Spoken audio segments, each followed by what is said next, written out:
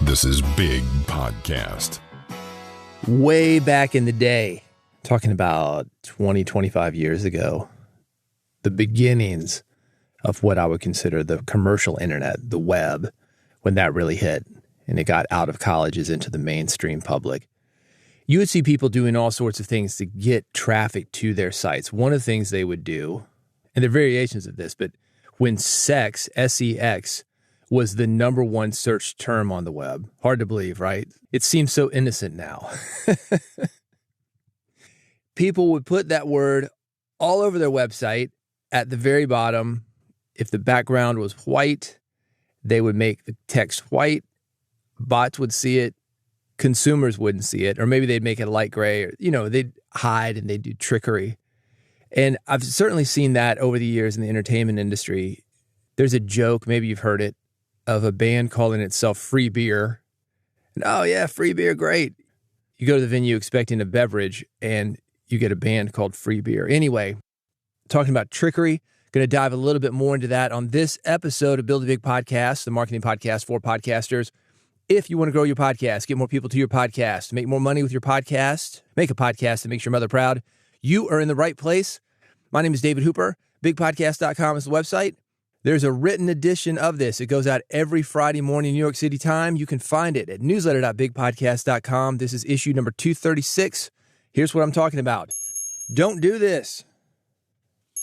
220 lifelike AI voices. It's a game changer. The lies podcasters tell themselves. I got 9 of them. Podcast artwork templates and more. Your favorite piece of gear. This episode of Build a Big Podcast is brought to you by Riverside.fm, a virtual studio that makes recording and editing at the highest quality possible accessible to anyone. You're going to get studio quality audio and video wherever you and your guest are, meaning you're in Nashville, Tennessee, like me. Hey, I'm in Nashville. You got a co-host in Chunky, Mississippi, a guest in Walla Walla, Washington. No problem. You're going to sound like you're in the same room. You're going to get instant transcriptions powered by AI with 99% accuracy. And you can edit your audio and video by editing that transcript just like it's a Word document. If you're just getting into podcasting, maybe you want to take out some bulk, 20 minutes of stuff that didn't work for you, boom. It's that easy with Riverside. They're going to make your social media clips so you can bring people into your podcast. It is everything you need to record, to edit, and to market your podcast. Well, not everything, but almost. It's going to give you a great foundation, and I want you to check it out for free. You can do that by going to riverside.fm. Kick the tires, look under the hood, see how it works for you. They're going to give you a couple hours to play around, get an interview, get 2 interviews.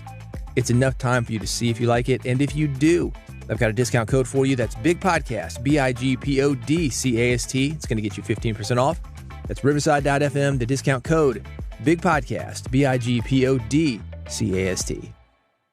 You know how it works, don't you? You've been here before? All right. For those who haven't, let me give you a quick rundown. I'm going from thing to thing to thing. In between each thing, you hear this. That's how you know I've gone to the next thing. And that's how you know if you want links to videos, if you want links to images, if you want to see the story in the written newsletter, you can go to newsletter.bigpodcast.com. This is issue number 236. Ready? Here we go. Don't do this. I saw a sign on the street this week. Actually, I saw several of them. What they call bandit signs. And you can see a picture of this. Newsletter.bigpodcast.com, issue number 236. A bandit sign is, I guess they're made out of plastic. You'll often see them on corners of busy intersections, and they'll say things like, we buy houses, or cash for houses, a lot of housing kind of things, at least where I am. The other thing that I see here in Nashville, you probably know, we are Music City, USA. We got a lot of musicians here. And there are interesting ways that musicians promote themselves via bandit signs. What they're trying to do, probably get fans, but really get champions, people who work at labels, work at publishing companies. There was a huge event here last week called CMA Fest. Tens of thousands of people, maybe 100,000 people, I don't know. It takes over downtown. It takes over the surrounding areas. Anybody in the country music business is here for CMA Fest. People come from all over the place. So I'm seeing these signs. One of them says, my ex stole my dog. Help me get her back. QR code. That's it. No information on the dog. And I'm thinking, that sounds like a musician sign. I've been around the block. But I'm also thinking, what if it's true? What if there's a dog? Maybe I can help. I scan the code, and sure enough, it's an independent musician trying to get people to her Spotify page. And there's a message, and it says, "Gotcha. Thanks for your support." Is it clever? Maybe. Strangely enough, the other side of the sign, I saw that after the fact, and it says, "Are we dating the same guy?" and has a picture of a guy. Same QR code. Anyway, I found that more clever than the lost dog. I was like, oh man, don't bring my big heart for animals into this. And that's the point. Is it clever? Maybe, but it's also a good way to piss people off. Again, I'm in Nashville, and maybe this is a Southern thing, but something you'll also see here is dollar bills, or they look like dollar bills. They're fake dollar bills. You reach over to pick one up, and you're like, oh, it's a Bible verse. It's a Bible verse. They call it a tract, disguised as a dollar bill. And when that happens, I want you to think about it. You're walking down the street, you see a $20 bill, $10 bill, $5 bill, whatever. You think, oh man, that's some money. It's worth me bending over to pick that up. And you're excited. Man, I got some money. I didn't have money a minute ago. Now I got money. And you take people from that emotion, a happy, excited, cheerful emotion, into, I've been tricked. They're not going to be open to that message. Pulled up this lady's Spotify page. I was like, no, man, no, I'm not going to listen to your music. Not right now. I'm on the street. It wasn't a good place for me to listen to music. And even if it was, you feel like a sucker. Nobody likes to feel like a sucker. So keep this in mind with your podcast. The way we see this in podcasting, episode titles that have nothing to do with the episode. Or if it does have something to do with the episode, people aren't getting to the point. 5-10 minutes. Hey, how you doing? Oh man, how you doing? Catching up with a co-host. Not getting to the point of what the podcast is about or what the episode is about. How you been doing this week? Oh man, I don't know. The kids are out. It's going crazy. Tried to take them to camp, but the camp shut down, so now I got to deal with them. Not getting any sleep, And I hear stuff like this all the time. What are you guys thinking? Interesting to you, not necessarily interesting to other people. By the way, if you're interested in this woman's Spotify page, and if you go to newsletter.bigpodcast.com, issue number 236, you will not find that link because I have blocked that QR code. I don't want you to feel like a sucker. And also because I'm petty. It's a good example of a bandit sign, though. If you want to see it, newsletter.bigpodcast.com, issue number 236. Let's talk about Big Podcast AMP. AMP, it stands for Audio Monetization Program. And if you like the newsletter, you like the podcast, you are going to love Big Podcast AMP. It's a personal coaching program. It's going to help you do 3 things. 1, grow your podcast audience. 2, get people talking about your podcast. And 3, make more money with your podcast and your podcasting skills. There are a lot of companies right now hiring people like you, like me. They need you to basically program AI. So if you're good with emotion and delivery of spoken word, there's an opportunity for you. That's one of them. Now, as far as your podcast, there are opportunities in that too. Niche programming is hot. You need help taking advantage of those things, those God-given and learned talents that you have. Let's talk Big Podcast AMP, bigpodcast.com/AMP. That's bigpodcast.com/AMP. 220 lifelike AI voices. Well, speaking of AI, Google is the latest company to get into AI voices. It's got a text-to-speech tool. It's going to give you 220 plus. They're always adding to them natural-sounding voices across 40 plus languages and variants. It is worth a look. I like humans on my podcast. I hire real voiceover people, except sometimes you're in a pinch. You got something you want to get out that night. You can't hire somebody. You can't do it yourself. You need a different type of voice. AI is great for that. Those one-liners. I do them on here all the time when I talk about the Big Podcast supercomputer. This is the Big Podcast supercomputer. Something you can have fun with. Let people know it's AI. I mean, why not? Let people know it's AI. They're in on the joke. And if you want 220 lifelike AI voices, I have them linked. Newsletter.bigpodcast.com. This is issue number 236. The lies podcasters tell themselves. Every other podcaster, not you, not me. I got 9 of these. I'm going to run through them. I'm curious if you've ever bought into any of these. Number 1 is the thought that having more time would allow you to produce a great podcast. Yeah, maybe. Or you could waste that time. You can still produce a great podcast without a lot of time. You do have to get creative. You've got to get good at your skills. You can outsource things. There's time, energy, money. Some of those things can be outsourced, but simply having more time, that's not going to make your podcast better by itself. And what I mean by this is not necessarily your day-to-day, daily, or weekly episode. But sometimes people think, I got 6 months to produce this documentary. That's going to be twice as good as me having 3 months. No, not necessarily. Sometimes having limited time, like we've got to get this out in 2 weeks. That's going to force you to get creative. It's going to force you to take action. So more time, not necessarily a better podcast, but that's number 1. Having more time would allow me to produce a great podcast. Number 2 is booking, insert guest name here, would make my podcast successful. It does not. I've seen more than a few podcasts pay what they consider to be a celebrity to do an interview.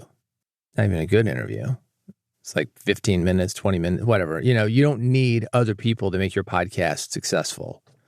And just having somebody who's well known isn't necessarily going to make your podcast successful. I think we way overestimate how interested people are in celebrities. In fact, I've seen a lot of the bigger podcasters, maybe they learned this the hard way. They're saying, no, I'm only going to do 10% celebrity and 90% of people you never heard of, because I want to dig in deeper. I want to tell those stories. That's what they're saying anyway.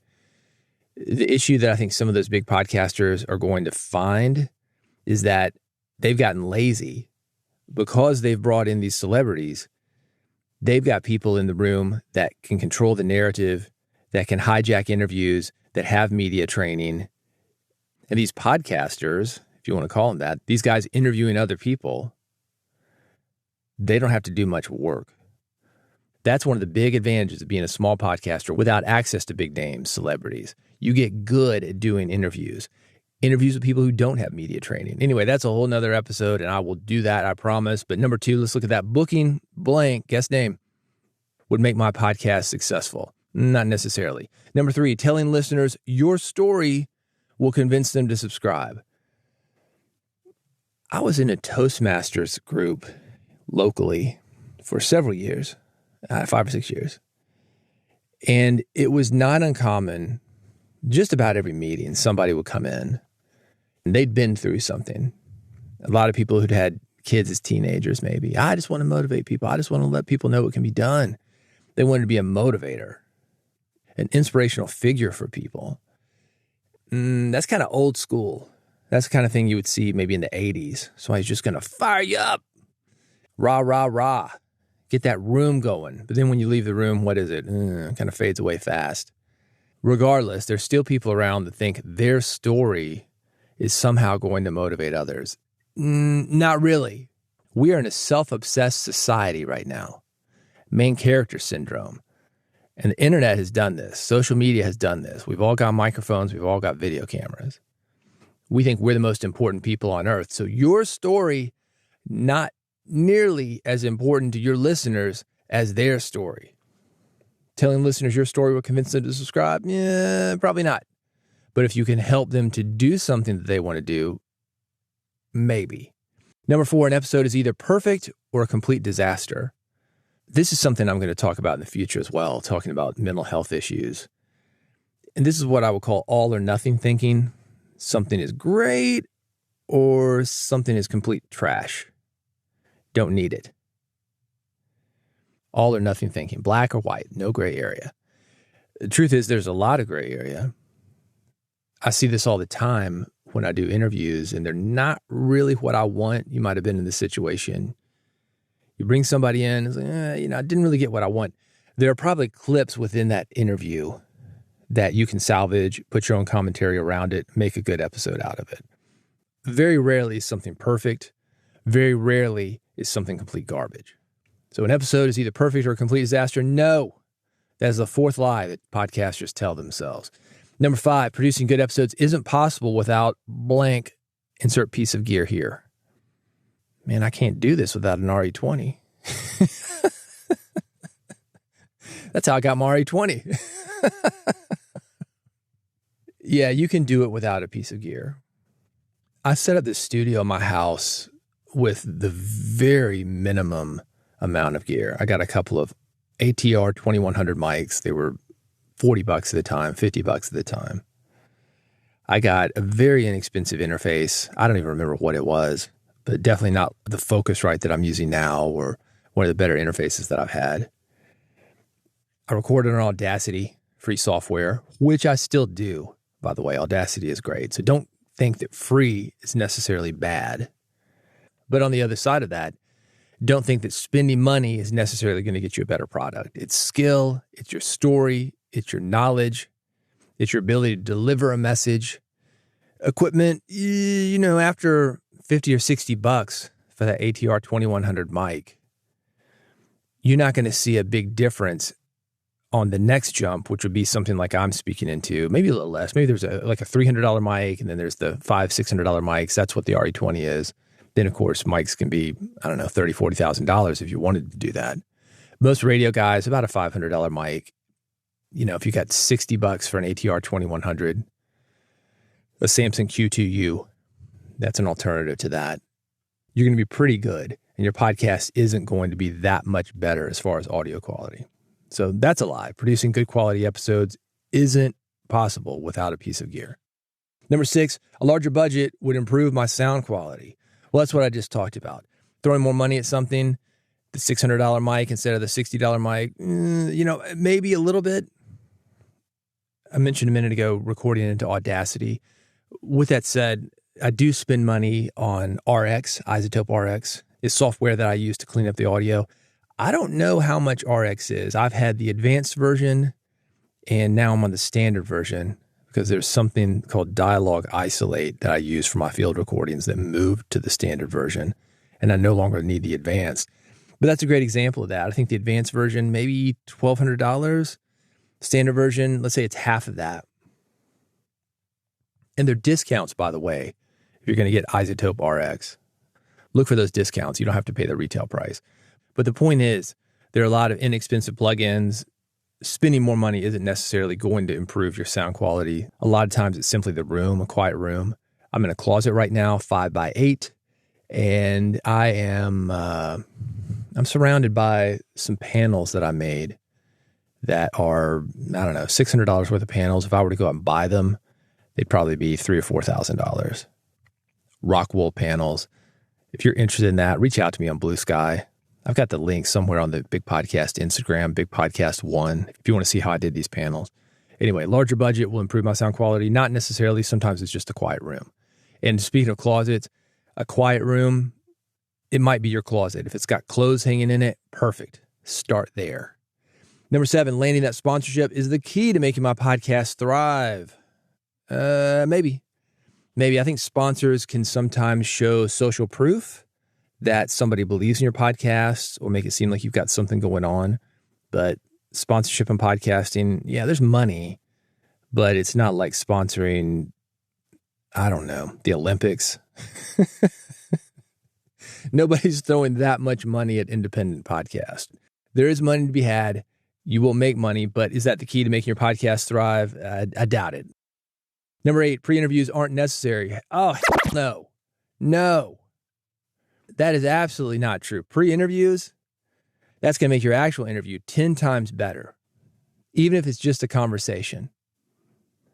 Hey, man, got you coming up on the podcast. Just want to do a quick conversation. You up for that? 10, 15 minutes on the phone? Yeah, sure. Let's chat. Just getting to know somebody. It builds rapport, man. It's you talking to somebody during the interview that you've already met, that already knows you or feels like they know you. Pre-interviews, absolutely necessary. That is going to take your interview to the next level.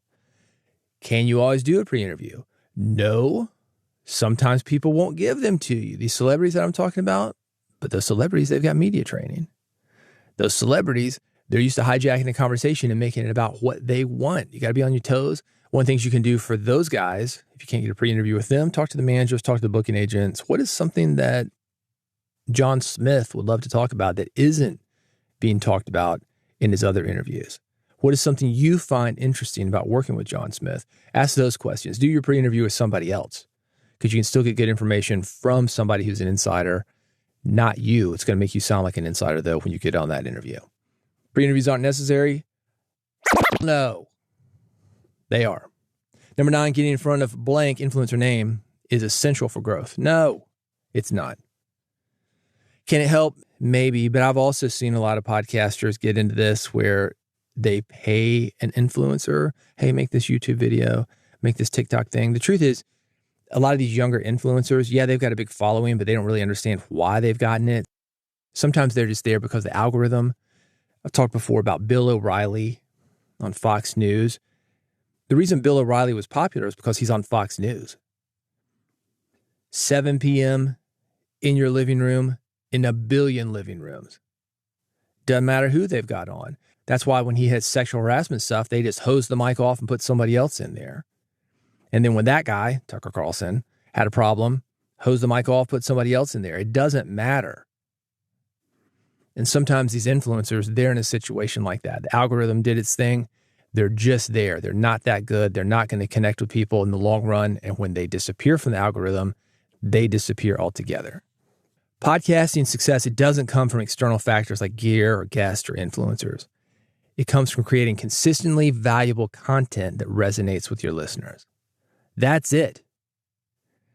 These things that I'm talking about, thinking you've got to have a certain type of mic, thinking you've got to have a certain type of guest, thinking you've got to have a certain endorsement. Walk away from that, man. Think about your creativity, your preparation, your connection with listeners. That's what it's about. Once you shift your mindset on that, you embrace progress over perfection, then you can have a sustainable podcast. You can enjoy the process a lot more. I don't want to live and die by an algorithm. I had a buddy of mine, he's a songwriter. Did a lot of stuff for Alan Jackson, then he just walked away. I said, what's the deal, man? You had a pretty good gig going on. Millions of records sold, big hits on the radio. Still hear him on the radio. And he said, I just got sick of living and dying by the charts. They were going for hit after hit after hit after hit. He couldn't write the song that he wanted to. So he walked away. You may feel the same way. You can still do a great podcast without a whole lot of listeners. You just need some listeners, the right listeners. Lies podcasters tell themselves. If you want to see this in writing, I've got them. Also, more thoughts at newsletter.bigpodcast.com. This is issue number 236. Podcast artwork templates and more. This is available to you for free. It is from Apple. They just released this. New design resources, including downloadable templates. They've got best practices. They've got guides that will help you create podcast cover art that stands out, episode art that stands out, everything you need for a visual identity for your podcast. I've got it linked. It's at newsletter.bigpodcast.com. If nothing else, go there and get the updated specs for your art. Specs for art are changing all the time. And the reason for that is because the way we receive podcasts, the way people listen to them, that's changing all the time. So you want to keep on top of that. It's Apple's podcast artwork templates and more. I've got them linked. Newsletter.bigpodcast.com. This is issue number 236. Your favorite piece of gear. This is it's an interesting question. What's your favorite piece of podcasting gear? I'm curious to know. You want to reach out to me via Blue Sky? You'll find the link to do that at newsletter.bigpodcast.com, issue number 236. If I had $100 to spend on gear, I would get a Vocaster 1 interface from Focusrite and the mic that comes with it. There's a combination, about $100. That's going to get you everything you need to go into your computer, do remote interviews, do a solo monologue podcast. You can use it with Audacity, free software, about $100. If I had $1,000 to spend on podcasting equipment, I would get an RE20, which I'm speaking into now. I've got a piece of outboard gear, the DBX 286S, and that's a preamp. It's a compressor for that radio voice. That's what a compressor is going to do. It's a de-esser, takes that hiss off my voice. I don't have much of that, but some people need it more than others, and that can be helpful. It's got an EQ, and it's got a noise gate. That is very helpful because when you talk, you are breathing. And if you're a heavy breather, you sound like ludicrous, or you've been smoking some unfiltered Lucky Strikes for years. You got kind of an emphysema thing going on. A gate is going to remove some of those heavy breaths when you're not speaking. So you won't hear that at the beginning of words, not unless it's really loud like I did. But I'm breathing all the time, as are you. This is what they tell divers, ABC. Always breathe continuously. Same thing for you. We're doing it as podcasters. People get freaked out by breaths. Oh, you got to cut out all the breaths. No, you don't. When you cut out all the breaths, that can make listeners nervous because they're listening for breaths. We're listening for cues so we can jump in on the conversation. We don't think much about it, but people are breathing all the time when we're speaking to them live. So why wouldn't you have some breaths on a podcast? What you don't want is to sound like it's a dirty caller. Like, no. Make it conversational. You might want to remove them. I talked about RX, isotope RX. That can reduce breath noises, but why not cut them off? DBX 286S, that's going to do it. I don't know, $200-$300. I don't know what it costs now. So I got my mic, I got the DBX, and I would get a Focusrite interface. Either the Vocaster 1, the Vocaster 2. If I had two people, I use the Focusrite 4i4. I think that's about maybe $400. It's a little more expensive. You don't necessarily need it. I've got it because I've got a more complicated setup, meaning that I'm routing audio in different places. I've got it going to an external recorder. That external recorder needs to be split into different tracks.